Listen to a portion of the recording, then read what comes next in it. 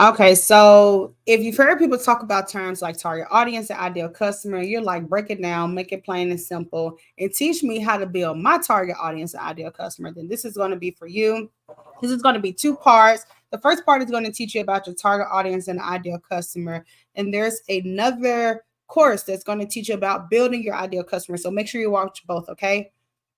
So let's talk about the difference between your target audience and your ideal customer. So your target audience is like a broad group of people that align with what you do. So let's say now, keep in mind that the biggest thing here to know is that your target audience is not everybody. Okay. So if you're in the mindset of, well, everybody can use this, it don't matter if you're poor, rich, big or small, political, left wing or right wing, like, no, because that means that it's for everybody, so it's for nobody, because there's no reason to connect, there's no reason to be loyal, you can flip-flop back and forth and it doesn't matter. So we don't want that, okay?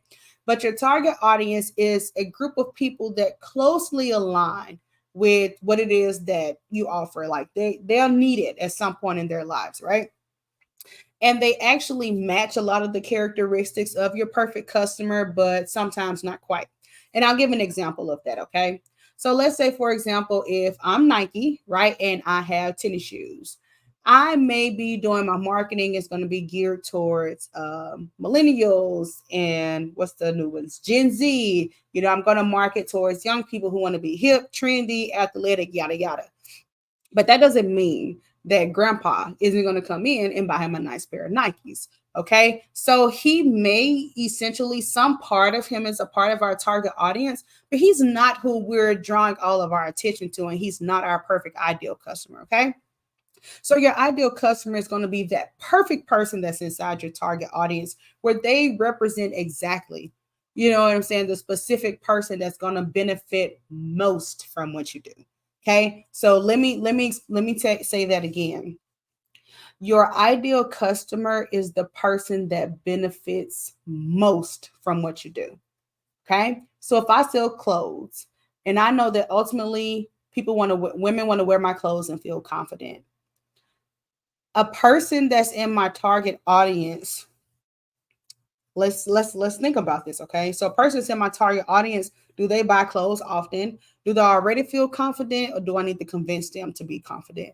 Right? You got to think about these things for your audience, for your mission, for your business. These are your decisions to come up with, and you got to think about that because everything else falls in line underneath that, okay?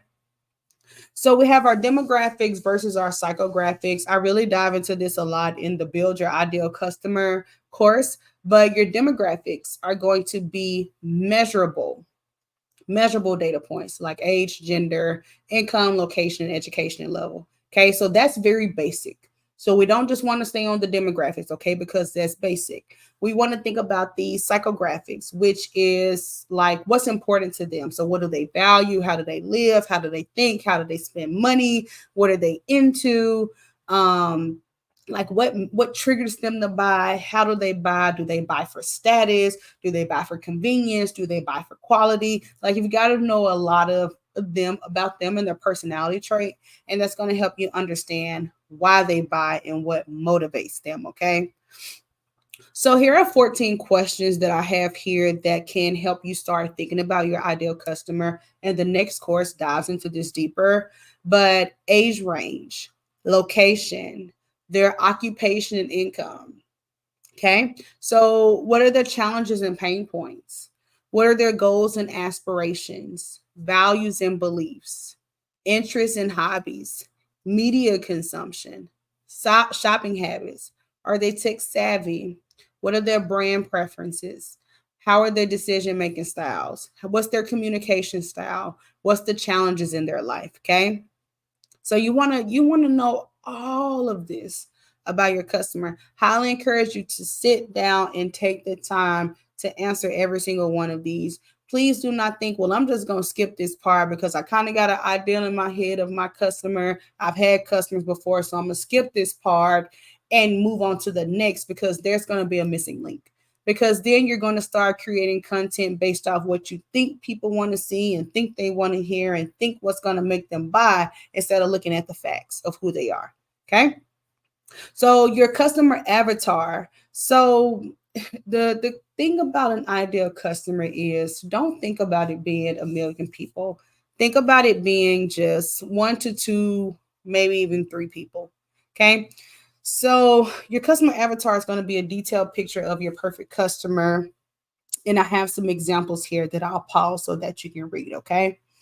So so let's say for example, if I have let's see, Sarah, she's a busy mom. She's a working mom. She's 35 to 45, juggling work, family, and a healthy lifestyle. She values convenience and time saving solutions.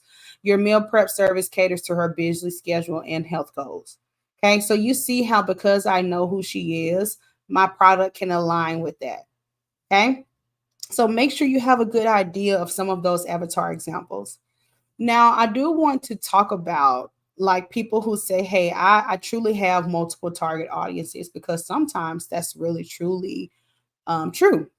So if I take my DJ business, for example, I may very well do, a regular house party, birthday party, and I also may very well do a corporate event. Those are different audiences who have different needs and who desire different things for me. Okay. So it's perfectly possible for you to say, hey, Deb, I'm going to do this exercise, but I have to do it for two different audiences.